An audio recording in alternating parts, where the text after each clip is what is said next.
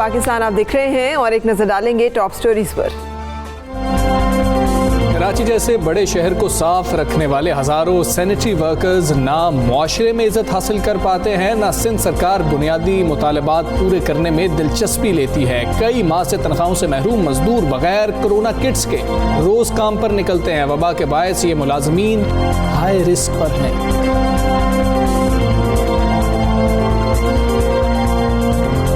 जेलों में कैदी तेजी से कोरोना का शिकार हो रहे हैं। रवां बरस 1 अगस्त तक मुख्तलिफ जेलों में गुंजाइश से 134% ज्यादा कैदी ठुसे हुए हैं, जिनमें से 2313 में वायरस की तस्दीक हो चुकी है।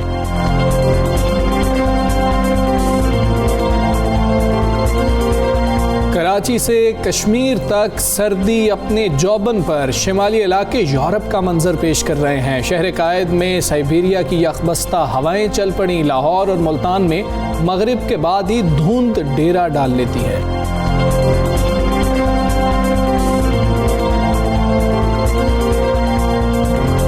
और आज शो में तस्करा करेंगे मौलाना जलालुद्दीन रूमी का, जिनकी शायरी से फैज़ हासिल करने वाले आज उनका यौम विसाल मना रहे हैं। शायर मशरिक़ अल्लामा इकबाल के रूहानी मुर्शिद आज ही के दिन 17 दिसंबर 1273 को वफ़ात पा गए थे।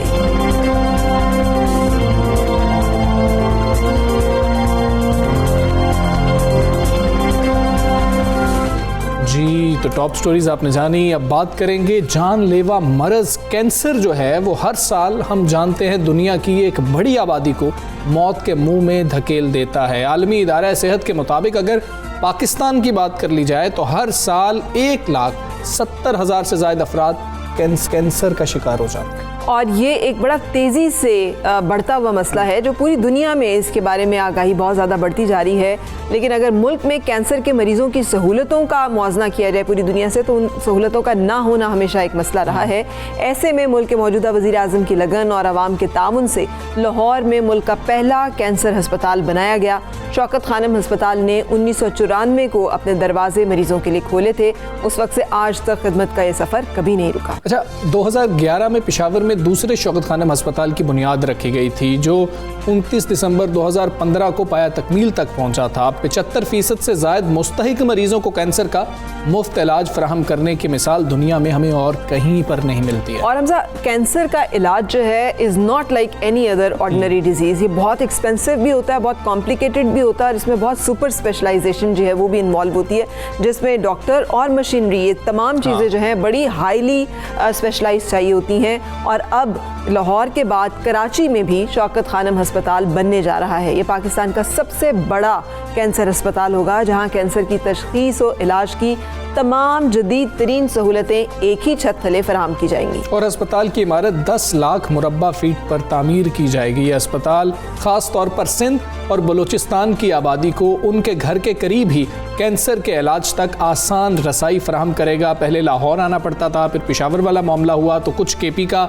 लोड लाहौर पर तो कम हुआ, उनको अपने घर के करीब मिला, और अब ये कराची वाला अहम इक़दाम है। और ये अस्पताल, जिसकी जैसे हमजा ने आपको बताया कि ये सबसे बड़ा कैंसर अस्पताल हो जाएगा मुल्क का, 20 एकड़ अराजी पर डिफेंस हाउसिंग अथॉरिटी के DHA सिटी प्रोजेक्ट के अंदर तामीर होगा। इस मंसूबे की तामीर 3 साल से कम अरसे में 13 अरब रुपए की लागत से मुकम्मल की जाएगी। और अस्पताल को पहले से भी ज़्यादा ज़कात और एहतियात की सूरत में आवाम की मदद की ज़रूरत है, ताकि मुस्तहिक कैंसर के मरीज़ों को इलाज की सहूलियात मिलती रहें। और जो लोग अतिया देने के बारे में मालूमात लेना चाहें वो 0800-11-555 पर राबता कर सकते हैं, या फिर fundraising@skm.org.pk पर ईमेल भी कर सकते हैं।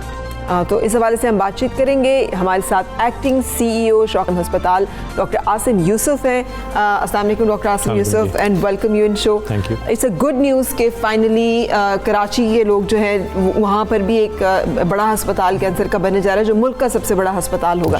उसके बारे में प्लीज़ अपडेट कीजिएगा कि क्या प्रोग्रेस है और क्या क्या कुछ उसमें होगा। जी, थैंक यू। सो जैसे आपने कहा, ये मुल्क का सबसे बड़ा कैंसर हॉस्पिटल होगा। शौकत खानम ट्रस्ट का तीसरा कैंसर हॉस्पिटल होगा इंशाल्लाह। लाहौर का जो हॉस्पिटल है, जो हमारा पहला हॉस्पिटल था, वो 5 लाख स्क्वायर फुट पे कंस्ट्रक्टेड है, और ये उससे दुगने साइज़ का है, 10 लाख का। 10 लाख स्क्वायर फुट। इंशाल्लाह 2.5 से पौने 3 साल में इसकी कंस्ट्रक्शन कंप्लीट होगी और दिसंबर 2023 में 2023 में ये खुलेगा मरीज़ों के लिए इंशाल्लाह। अब सो तकरीबन 3 साल में इंशाल्लाह। इसमें सारी जो फैसिलिटीज़ हैं वो भी लाहौर से तकरीबन दुगनी हैं। सो फॉर एग्ज़ाम्पल हमारे यहाँ कोई 28 आउट पेशेंट एग्जामिनेशन रूम्स हैं, वहाँ पे 47 बन रहे हैं। कीमोथेरेपी के लिए बेड्स जो हैं हमारे पास लाहौर में वो 30 हैं, जो डे केस कीमोथेरेपी के लिए होते हैं, वहाँ पे 69 हैं, 69 बेड्स। यहाँ पे इन पेशेंट बेड्स लाहौर में 200 से ज़रा कम हैं, वहाँ 288 बेड्स हैं। लाहौर में 8 ऑपरेशन थिएटर हैं, कराची में हम 16 बना रहे हैं। और ख़ास तौर पे जो कैंसर के लिए बहुत ज़रूरी ट्रीटमेंट होती है, रेडिएशन की ट्रीटमेंट जो बिजली की शुआओं से होती है, लाहौर में इस वक्त पाकिस्तान की लार्जेस्ट रेडिएशन ट्रीटमेंट फैसिलिटी हमारे पास ही है, जहां 5 लिनियर एक्सेलरेटर इंस्टॉल्ड हैं, जो मशीन होती है जिससे रेडिएशन दी जाती है। तो कराची में 10 रेडिएशन मशीन्स, 10 बंकर बना रहे हैं हम लिनियर एक्सेलरेटर्स के लिए। सो तमाम जो फैसिलिटीज़ हैं वो डबल होंगी और इंशाल्लाह सारी जो ट्रीटमेंट मोडालिटीज़ हैं वो पहले दिन से ही मौजूद होंगी, डायग्नोसिस भी और ट्रीटमेंट भी। डॉक्टर साहब, ये क्योंकि डबल है तो इसमें फ़ंड भी ज़्यादा चाहिए होगा, इस पे ख़र्चा भी ज़्यादा आ रहा है। तो हमने देखा कि जब पहला शौकत खानम बना उससे ज़्यादा तेज़ी से जो दूसरा शौकत खानम बना उसके लिए फ़ायदा। तो तीसरे में आप क्या रुझान देख रहे हैं कि रुझान है, और फिर लोग ये सोचते हैं मेरे 100 रुपये, मेरे 150 रुपये, 200 रुपये, 10 रुपये, 20 रुपये से क्या फ़र्क पड़ जाएगा? तो आप क्या कहना चाहेंगे? सो एक तो हमने अभी 1.5 हफ्ता पहले तकरीबन वो वर्चुअल फंडरेजर भी किया टीवी पे और इंटरनेट पे लाइव, तो उसमें भी बहुत अच्छा रिस्पांस था हमारे सपोर्टर्स का और वेल विशर्स का। हमें यकीन है कि क्योंकि हम फ्री ट्रीटमेंट प्रोवाइड करते हैं, जैसे आपने कहा 75% से ज़्यादा मुस्तहिक मरीज़ हर साल कंसिस्टेंटली हम फ्री इलाज करते हैं उनका, लाहौर में भी और पेशावर में भी। और क्योंकि लोग ये जानते हैं तो वो हमें सपोर्ट करते हैं। हर साल पिछले साल से ज़्यादा ज़कात भी जमा होती है, एहतियात भी जमा होते हैं। जब भी हमने पाकिस्तानी कौम के जाके कहा कि हमें सपोर्ट करें, वो हमेशा सपोर्ट करते हैं। और ये आपने बहुत इंपॉर्टेंट पॉइंट रेज़ किया, जो डोनेशन साइज़ है। ये लोग अक्सर सोचते हैं कि वो फलाने ने 10 करोड़ दे दिए तो मैं अब 100 रुपया कैसे दूँ, पर लाहौर के लिए जो एवरेज डोनेशन साइज़ था वो 10 रुपये था। तो एवरेज डोनेशन साइज़ लाखों करोड़ों में भी दी होंगी लोगों ने, लेकिन लोगों ने 1-1, 5-5 रुपये भी दिए। और अगर सब 10-10 रुपये देना भी शुरू करें तो कराची का अस्पताल तो उसी से ही बन जाएगा इंशाल्लाह। लास्टली कराची के लोग हैं, उन्होंने 25 साल से लाहौर के लिए और पेशावर के लिए तकरीबन 20% जो हमारे फंडिंग है वो हमेशा कराची से आई है। सो अब जब कराची में ही अस्पताल बन रहा है तो 2 चीज़ें, एक तो कि वी एक्सपेक्ट एंड हमें उम्मीद है कि कराची वाले ही बढ़ चढ़ के लिए उसके लिए देंगे, पर मोर इम्पॉर्टेंटली बाकी पाकिस्तान का भी अब वक्त है कि वो भी अब कराची के हॉस्पिटल को सपोर्ट करें, जैसे उन्होंने इतने साल हमें सपोर्ट किया यहाँ। बिल्कुल सही, क्योंकि है तो कैंसर का अस्पताल, कराची में हो, पेशावर में हो, लाहौर में हो, वी आर सर्विंग द, जैसे आप खुद कह रहे हैं कि वो लोग जो कि अफोर्ड नहीं कर सकते और उनका इलाज होना बहुत ज़रूरी है। डॉक्टर साहब, पाकिस्तान में हर साल तकरीबन 1.5 लाख से ज़ायद कैंसर के पेशेंट्स जो हैं वो रिपोर्ट होते हैं। आपके ख्याल में कराची में ये जो अस्पताल बन रहा है, जो सबसे बड़ा अस्पताल है, जो केटर करेगा बलूचिस्तान को भी और कराची को भी, इसके बारे में आप बताइएगा कि वो क्या चीज़ें हैं, कैसे ये हेल्प करेगा वहाँ पे मौजूद लोगों को, और जैसे बहुत कॉम्प्लिकेटेड कैंसर भी आ गए तो हर किस्म के कैंसर का इलाज करेगा ये? यस, इंशाल्लाह ये हमें उम्मीद है कि सारी ट्रीटमेंट्स फैसिलिटीज़ और डायग्नोसिस की फैसिलिटीज़ वहाँ होंगी। आला तरीन जो डायग्नोसिस की मशीनें होंगी, CT स्कैनर, MRI वगैरह वो तो होंगे ही। पेट CT जो है, जो कैंसर के लिए डायग्नोसिस और ट्रीटमेंट के लिए बहुत ज़रूरी होता है, वो पाकिस्तान का पहला भी हमने लाहौर में ही लगाया था आज से कोई 12 साल पहले। तो कराची में पेट CT स्कैनर भी वहाँ लगेगा, और जो उससे भी लेटेस्ट टेक्नोलॉजी है पेट MR, जो कि पेट CT स्कैन और MRI स्कैन को कंबाइन करके एक मशीन होती है। सिमिलरली रेडिएशन में भी जो लेटेस्ट ट्रीटमेंट्स हैं, गामा नाइफ और स्टेरियोटैक्टिक रेडियो सर्जरी वगैरह, वो सारी ट्रीटमेंट फैसिलिटीज़ होंगी। बट स्टेपिंग बैक, इसका फ़ायदा ये होगा कि उस इलाके के, पूरे कराची के, पूरे सिंध के और जनूबी बलूचिस्तान के मरीज़ों के लिए आसान होगा इधर जाना। जो मुस्तहिक मरीज़ हैं उनका अगर शौकत खानम लाहौर में फ्री इलाज हो भी जाए, अक्सर वो लाहौर तक आ नहीं सकते, इतना दूर है, फिर वो रहना मुश्किल है एक्सेट्रा। तो ये एग्जैक्टली, और वो करीब होगा उनके। एंड कैंसर का इलाज अगेन जैसे आपने कहा बहुत लंबा होता है, 6 महीने, साल, कुछ कैंसर 2-2 साल का ट्रीटमेंट होता है। तो आना जाना बहुत मुश्किल है बार बार, क्योंकि सिर्फ पेशेंट ने नहीं आना, फैमिली मेम्बर्स ने भी आना है साथ, तो उसमें भी इनको आसानी होगी। बिल्कुल ठीक। डॉक्टर साहब, जो एतमाद बनता है पेशेंट्स का या इस तरह से के लोगों का वो पहला जो काम किया होता है उससे बनता है। तो लाहौर की वजह से जो शौकत खानम लाहौर है उसकी वजह से लोगों का शौकत खानम पे एतमाद है। तो लोगों के जहन में ये आता है नहीं वो जो बात लाहौर में होगी ना वो पेशावर में नहीं होगी या वो कराची में नहीं होगी या इसके मजीद जब वो बलूचिस्तान में अल्लाह करे कि आगे बनेगा तो नहीं होगी। तो ये कितना गलत कॉन्सेप्ट है या लोग कितना गलत सोच रहे हैं कि भाई लाहौर वाली ही सहूलियात मिलेगी। सो आई थिंक इसका बहुत अच्छा जवाब है कि 2018 में लाहौर का जो हॉस्पिटल था वो JCI एक्रेडिट हुआ था। जॉइंट कमीशन इंटरनेशनल वो इदारा है अमेरिका का जो इंटरनेशनल हॉस्पिटल्स को अमेरिकन स्टैंडर्ड्स के मुताबिक कंपेयर करके उनको एक्रेडिट करता है या कहता है कि हाँ आप इसमें आर के हैं। सो लाहौर का हमारा जो पहला अस्पताल था वो 2018 में एक्रेडिट हुआ। पेशावर का शौकत खानम हमारा दूसरा अस्पताल 2019 में एक्रेडिट हुआ उन्हीं स्टैंडर्ड्स पे। उसी तरह बाहर से टीम आई सर्वे करने के लिए। सो इससे बेहतर प्रूफ नहीं हो सकता कि क्वालिटी और स्टैंडर्ड्स दोनों के एक जैसे हैं और इंशाल्लाह कराची का इनसे बड़ा होगा, इनसे बेहतर होगा और उसी क्वालिटी पे इंशाल्लाह आला मयार की क्वालिटी सबको ये देखे बगैर कि कौन पे कर रहा है और कौन है जिसके लिए किसी और ने पे किया है। डॉक्टर साहब जैसे कंटिन्यूशन ऑफ हमजाज क्वेश्चन कि ऐसे जैसे आप एक्सपैंड करते हैं तो एक्सपेंशन के साथ quality control and management is challenge. बिल्कुल। सो उसको कैसे इंश्योर कर रहे हैं क्योंकि ये तो Shaukat Khanum is known for its excellence. बिल्कुल कि जहाँ पे ये है कि आप बहुत सारे मुस्तहिक मरीजों का इलाज करते हैं उसके साथ साथ एक्सेलेंस जो है और सुपर स्पेशलाइजेशन जो है वो भी एक बड़ा कमाल जी। बिल्कुल और ये हमारी मिशन स्टेटमेंट का एक इंटीग्रल पार्ट है कि हमने क्वालिटी केयर प्रोवाइड करनी है, not just care but quality care. तो लाहौर और पेशावर में तो अभी तक हम अल्हम्दुलिल्लाह ये मेंटेन कर रहे हैं। पर आपने बिल्कुल सही कहा कि बहुत कांस्टेंट एफर्ट चाहिए है इसके लिए। आप एक मिनट के लिए भी अपना पैर यू एक्सेलरेटर से हटा नहीं सकते, आपको कांस्टेंट विजिलेंस की ज़रूरत है। तो इसी तरह कराची में भी करेंगे और एक कराची में एक बहुत बड़ा एडवांटेज है कि वहाँ स्किल्ड वर्कफोर्स इंशाल्लाह हमें आसानी से मिलेगी। कंस्ट्रक्शन भी वहाँ आसान होगी बिकॉज वो इक्विपमेंट एक्सपर्टीज़ बहुत ज़्यादा है। Similarly workforce doctors nurses technologists etcetera administrators हमें उम्मीद है कि वहाँ बेहतर इंशाल्लाह हमें मिलेंगे और आसानी होगी। बिल्कुल ठीक। तो डॉक्टर साहब लाहौर के बाद जब पेशावर का हमने देखा शौकत खानम अस्पताल बना तो क्या लाहौर पर जो KP का प्रेशर था वो कुछ कम हुआ? हमने देखा कि कुछ ट्रेंड तब्दील हुआ है कि आपने तो एक जो साइज़ है उसके मुताबिक करना है, जितने पेशेंट्स हैं उनको ट्रीट करके अगलों की बारी आएगी। तो कराची के बाद भी आप ये समझते हैं कि कुछ लाहौर पे और पेशावर पे जो इस वक्त प्रेशर है वो कम हो जाएगा? नहीं, मेरा नहीं ख्याल कि कोई ख़ास फ़र्क पड़ेगा। एक तो कराची से बहुत ज़्यादा हमारे पास अभी मरीज़ नहीं आते क्योंकि डिस्टेंस की वजह से। सो वो ओवरऑल वॉल्यूम में बहुत ज़्यादा परसेंटेज नहीं चेंज होगा। लेकिन कराची के अपने जो मरीज़ हैं कराची के, सिंध के, बलूचिस्तान के, वो हॉस्पिटल प्राइमरीली उनको केटर करेगा। बट जैसे जैसे हॉस्पिटल्स बनते जाते हैं हम लाहौर में भी एक नई क्लिनिकल बिल्डिंग बना रहे हैं। इंशाल्लाह अगले साल में शुरू होगा उस पर भी काम, जिससे लाहौर की भी कैपेसिटी डबल हो जाएगी। सो लाहौर में भी इंशाल्लाह ज़्यादा मरीज़ ट्रीट कर सकेंगे। पेशावर का हॉस्पिटल फेजेस में खुला था। पहले हमने कीमोथेरेपी शुरू की थी, 2 साल पहले रेडिएशन ट्रीटमेंट शुरू की थी और अब अगले साल अप्रैल में सर्जरी भी वहाँ शुरू हो जाएगी। सो जो कुछ मरीज़ अभी भी पेशावर से आते हैं हमारे यहाँ इलाज कराने लाहौर में, वो इंशाल्लाह फिर ज़्यादातर पेशावर में ही उनके लिए भी आसानी होगी कि मुकम्मल इलाज उनका पेशावर में हो सकेगा। नहीं, कराची का एक साथ सारी ट्रीटमेंट और डायग्नोस्टिक फैसिलिटीज़ एक साथ खुलेंगी क्योंकि वो दूर है तो वहाँ से पेशेंट के लिए लाहौर आना किसी और ट्रीटमेंट के लिए मुश्किल होगा। बिल्कुल से। अच्छा डॉक्टर साहब आप गाइड कर दीजिएगा जो लोग कंट्रीब्यूट करना चाहें अब तो लोग तो ये चाहते हैं ना कि लाहौर को भी आई एम श्योर ज़्यादा कंट्रीब्यूशन मिलती होगी जो लोग समझते हैं एक्टिवली पेशेंट्स का ट्रीटमेंट हो रहा है। सो कराची के लिए क्या आप सजेस्ट करेंगे, हाउ टू कंट्रीब्यूट, कैसे करें, कितना करें, क्या क्या कुछ किया जा सकता है? सो आपने कुछ तो ऑप्शंस बताई कि कैसे डिटेल्स मिल सकती हैं। एक और है कि हमारी जो वेबसाइट है www.shaukatkhanam.org.pk उस पे सारा मेन्यू है कि आप कैसे डोनेट कर सकते हैं।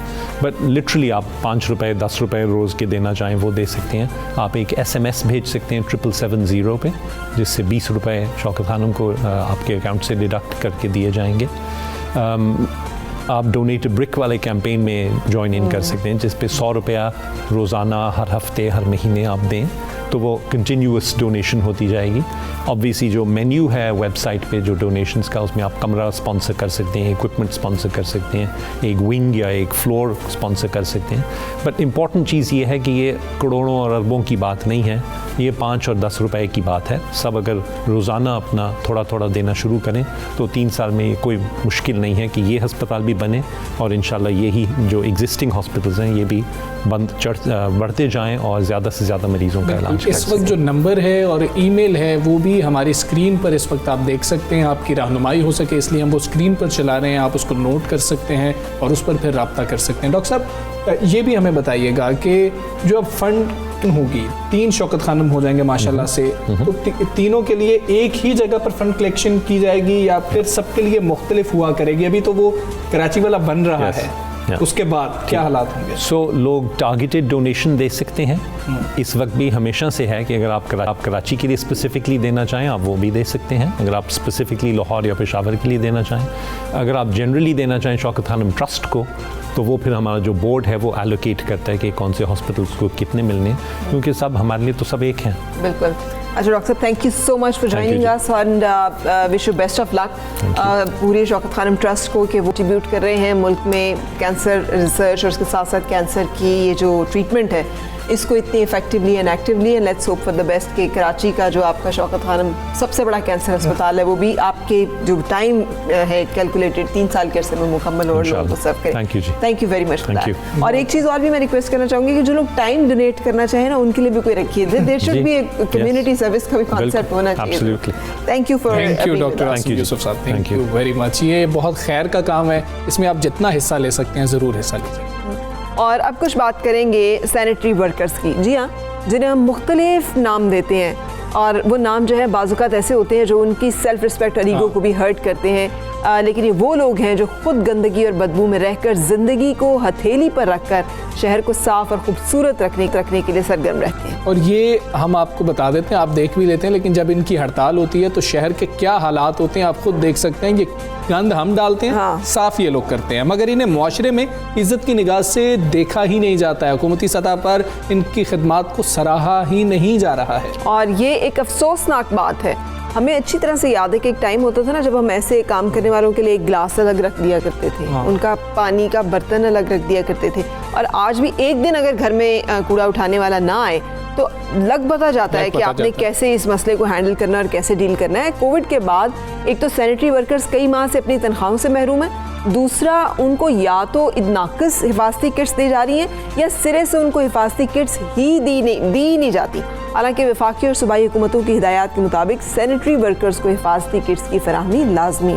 8 जून 2020 को सुप्रीम कोर्ट ने अपने फैसले में कहा था कि सैनिटरी वर्कर्स को तमाम मतलूबा हिफाजती किट्स फराहम करने के लिए तमाम हुक्काम को हिदायत दी जाए ताकि इस बात को यकीनी बनाया जा सके कि ये लोग अपना काम करते हुए किसी बीमारी से मुतासर ना हो। लेकिन हमारे लिए तो अनइम्पोर्टेंट लोग हैं, हमारे लिए तो कुछ वो है ही नहीं। हम किसी को बुरा लक़ब देना चाहें तो हम उनका वो जो अलकाब से उनको नवाजते हैं ना, हम वो बात करते हैं। बिल्कुल, तो इस हवाले से हमने मेहमान से भी बात करनी है और उनको भी हमने इसमें ऑन बोर्ड करना है कि इस हवाले से क्या कहेंगे। मुकामी सहाफ़ी अब्बाद अहमद साहब हमारे साथ हैं जिन्होंने इस मामले पर बहुत तहकीक की है।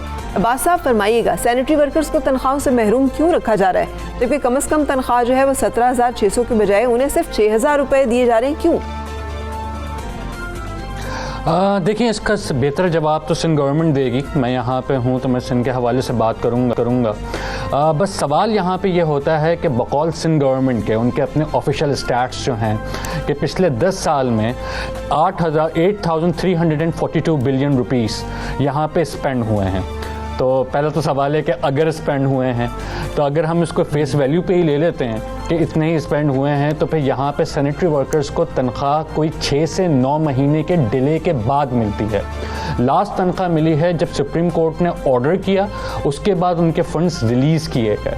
अब सवाल यहाँ पे ये होता है कि ऐसा होता क्यों है। आप यहाँ पे कितने, कुछ मिलियंस के अंदर होंगे कुछ यहाँ पे इनके फंड्स नज़र। यहाँ पे जो मैंने यहाँ पे जिस रिपोर्ट का आपने तस्करा किया, जिसकी सोर्स के ऊपर हमने यहाँ पे बात कर रहे हैं, महसूस ये होता है क्योंकि इनके पास एक न्यूसेंस वैल्यू नहीं है, इनके पास एक पॉलिटिकल वर्थ नहीं है। तो ना सिर्फ आपकी रियासत बल्कि मुआशरा भी इनके लिए एक इनडिफरेंट एटीट्यूड रखता है, बिकॉज उनके पास, क्योंकि यहाँ पे ये कोई इनके पास ऑप्शन नहीं है, कोई यहाँ पे आपके हद से हद यहाँ प्रोटेस्ट होता है, हद से हद 1-2 दिन के लिए, 1-2 घंटे के लिए सड़क ब्लॉक हो सकती है और इसके आगे कुछ नहीं हो सकता है। इसलिए रियासत भी और मुआशरा भी उन पे वो अटेंशन नहीं देता जो उनको देनी चाहिए।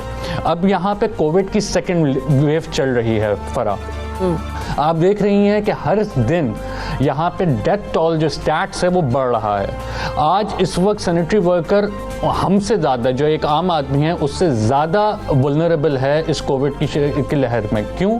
क्योंकि वो हॉस्पिटल का वो जो वेस्ट है उसके करीब है, वो यहाँ पर आपके उन सोसाइटी से इंटरेक्ट कर रहा है और बगैर पीपीईज़ के कर रहा है। लेकिन क्योंकि उसके पास यहाँ पे वो सहूलियात नहीं है, उसके पास 6,000 रुपये उसके पास 6 महीने की एक्यूमुलेटेड सैलरी आती है, अभी उसके पास फंड्स नहीं है, वो यहाँ पे मास्क नहीं ले सकता, वो यहाँ पे ग्लव्स नहीं ले सकता। लेकिन हमारे पास एक इंडिफरेंट एटीट्यूड है, वो यहाँ पे कहते हैं ठीक है अगर ऐसा चल रहा है तो चलने दें, जो कि एक बहुत तशवीशनाक बात है। बिल्कुल ठीक है। इबाद, ये बता दीजिएगा, सुप्रीम कोर्ट ने फैसला दिया सैनिटरी वर्कर्स के हवाले से कि उनको जो है हिफाजती किट्स भी दी जाएं, उस पर कितने फीसद अमल दरामद हुआ, आपने क्या देखा? देखिए जी, अब इसके ऊपर मैं कोई नंबर तो नहीं दे सकता, लेकिन उमूमन कराची, सिंध से पंजाब, बलूचिस्तान, केपी, गिलगित, यहाँ पे कोई इस तरीके से मनोअन अमल दरामद नहीं हुआ है। सुप्रीम कोर्ट का जिस 8 जून का आपने जजमेंट का आपने रेफरेंस दिया, उसके अंदर लिखा हुआ है कि none of them should be allowed to work without safety kits being made available to them. आप यहाँ पे सैनिटरी वर्कर इस सुप्रीम कोर्ट के इस जजमेंट के बाद हक रखता है कि अगर उसे पीपीईज ना दी जाएं तो वो अपने काम को, वो अपनी नौकरी को रखते हुए वो मना कर दे कि नहीं जी मैं नहीं करूँगा ये काम। लेकिन क्योंकि उसके ऊपर अमल नहीं होता उस जजमेंट पे, तो अब भी वैसे ही सैनिटरी वर्कर वो अपना रेगुलर काम कर रहा है विदाउट पीपीईज। दूसरी चीज़, इस जजमेंट का दूसरा हिस्सा है जो बहुत अहम हिस्सा है, वो यहाँ पे ये है कि सुप्रीम कोर्ट ने ये कहा है कि अगर यहाँ पे लेजिस्लेशन नहीं हुई है तो वफाक और यहाँ पे सूबाई हुकूमतें लेजिस्लेशन करें इस रिगार्ड पे। सिर्फ केपी ने इस हवाले से कुछ लेजिस्लेशन की हैं, लेकिन यहाँ पे दीगर सूबों ने अब तक कोई इफेक्टिव इम्प्लीमेंटेशन का भी शुरुआत नहीं हुई है कुछ लेजिस्लेशन बिल की। अटॉर्नी जनरल के पास अभी एक बिल आने वाला है 1-2 हफ्ते में, जिसके अंदर यहाँ पे सैनिटरी वर्कर्स के जितने इन इशूज़ के ऊपर बात होगी। आई होप के हो, लेकिन जहाँ तक सिंध का ताल्लुक है कि सिंध वेज लेबर बिल जो एक आम लेबर की तनख्वाह 17,600 रखता है, जो उनके सिंध गवर्नमेंट के अपने स्टैट है, अपना नोटिफिकेशन है, उसको एक तरफ करके तनख्वाह मिलती है 6,000 से 8,000 के दरमियान सैनिटरी वर्कर। ये इस्तेहसाल तो सैनिटरी वर्कर्स के अलावा तमाम वर्कर्स का। पिछले दिनों मैं एक सोशल मीडिया पे देख रही थी जहाँ पे मज़ार कायद पे जो गार्ड खड़े हैं उनकी तनख्वाह के ऊपर भी यही बात आ रही थी कि उनकी तनख्वाह जो है वो भी 6-7 हज़ार रुपये, जबकि एक लोएस्ट वेजेस हुकूमत ने तयन किया हुआ है कितना। फरमाइएगा, हमने एक समाजी रवैये की भी बात की ना, एक हमारा मुआशरती रवैया भी है। यूरोप में कॉन्सेप्ट है कि ब्लू कॉलर जॉब्स हैं उनकी तनख्वाह ज़्यादा होती है, उनके पैसे ज़्यादा होते हैं बनस्बत वाइट कॉलर जो जॉब्स हैं उनके। तो हमारे यहाँ तो हम इनको बेचारों को ब्लू कॉलर क्या, हम तो इनको ब्लैक कॉलर जॉब्स में डाल देते हैं। स्टिग्मा है, बुरे बुरे नाम रखे जाते हैं। तो क्या हुकूमती सतह पर इस्तेहसाल है? प्राइवेट इदारे क्या अपने यहाँ सफाई से मुंसलिक लोग जो हैं उनको वो इज़्ज़त भी देते हैं, उनको वो तमाम मराद देते हैं जिनकी आप बात कर रहे हैं और तकाजा हुकूमत से कर रहे हैं? नहीं जी, आवे का आवा पकड़ा हुआ है जी। यहाँ पे चाहे वो गवर्नमेंट हो चाहे वो प्राइवेट हो, प्राइवेट के अंदर थर्ड पार्टी कॉन्ट्रैक्टर को देते हैं, वो इसलिए देते हैं कि यहाँ पे आपके ऊपर कोर्ट में केस ना हो जाए। अगर आप इस्तेसाल कह रहे हैं तो वो वर्कर अगर यहाँ पे सुप्रीम कोई किसी कोर्ट से रुजू करेगा तो फिर कंपनीज यहाँ पे कह देती हैं कि जनाब हमारे तो ये एम्प्लॉय नहीं है, ये दूसरी पार्टी का है। तो यहाँ पे इस वक्त माशरा, रियासत, आपके जितने भी यहाँ पे स्टैंड, क्योंकि वो lowest stand of the society society है, सोसाइटी का सबसे निचला तबका है, तो उसका इस्तेसाल करने में कोई रिपरकशन नहीं है। हद से हद क्या होगा, हद से हद यहाँ पे होगा, सड़क ब्लॉक होगी तो पानी फेंका जाएगा, डंडा मारे जाएंगे, सड़क क्लियर हो जाएगी। तो फिर अगर अब यहाँ पे 6, 8, 9 महीने अगर इनकी तनख्वाहें रोक दें, इनका कोई फाइनेंशियल बफर इनसे छीन लिया जाए, इनको यहाँ पे सोशल मोबिलिटी तो छोड़िए कि यहाँ पे अगर उनका बाप गरीब, उनका दादा गरीब, तो उनकी भी किस्मत के अंदर वही गुर्बत है, आप उसको ऊपर नहीं लेके आ सकते। ना वो ना माशरा कंट्रीब्यूट कर रहा है, ना रियासत कोई भी कंट्रीब्यूट नहीं कर रहा। बहुत शुक्रिया इबाद, आप अहम मामले पे हमारे से बात कर रहे थे और फिर भी यही समझने की जरूरत है अगर वो महफूज नहीं है तो हम भी महफूज नहीं है, क्योंकि वो हमारे दरमियान है। और डिग्निटी एंड रिस्पेक्ट जो है ना हर इंसान की बराबर है। उसका ताल्लुक इससे नहीं है कि वो काम क्या करता है, उसका ताल्लुक इससे है कि वो एक इंसान है, उतना ही उसका दिल हसास है, उतना ही उसके भी घरेलू मामलात हैं, उसकी भी ज़हनी परेशानी है, उसको भी उतना ही हक है हर उस चीज़ का जितना आपको है कि वो भी अपनी ज़िंदगी की तमाम जो सेहत, सहूलत और जो ज़िंदगी है उसकी खूबसूरतियों को एंजॉय कर सके। सो हमारे यहाँ इस सेंसिटिविटी और इस एहसास का जो फुकदान है वो रिफ्लेक्ट करता है पॉलिसीज़ में भी। खुदारा इंसानों को इंसान समझ के हम इंसान ट्रीट करना शुरू करें। बिल्कुल ऐसे ही, और हमारा गंद ये लोग साफ कर रहे हैं, ये समझें कि गंद हमारा है, उनका डाला हुआ गंद नहीं। हमें एक ब्रेक लेनी है, स्टे विद अस।